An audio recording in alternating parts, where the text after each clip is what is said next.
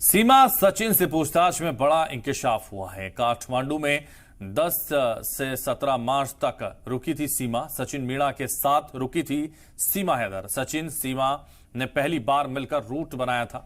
सचिन ने काठमांडू में hotel book किया था। होटल मालिक ने पोखरा से बस लेने की सलाह दी थी। किस बॉर्डर से आना है सचिन का प्लान था। सचिन ने ही बस की टिकट बुक कराई थी।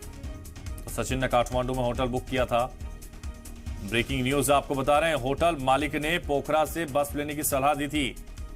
तो बड़ी खबर, सचिन सीमा की लव स्टोरी पबजी से शुरू हुई और देश की सीमाओं को लांघती हुई भारत पहुंच गई। और यहां ये बड़ी जानकारी इस वक्त आपको बता रहे हैं। सचिन मीणा के साथ रुकी थी सीमा हैदर। काठमांडू में 10 मार्च से 17 मार्च तक ये रुके थे। सचिन मीणा के साथ सीमा रुकी थी। तो बस लेने की सलाह दी गई थी होटल मालिक की तरफ से और ये कहा गया था कि पोखरा से बस लीजिए। और सचिन का प्लान था, सचिन ने ही बस की टिकट भी बुक कराई थी।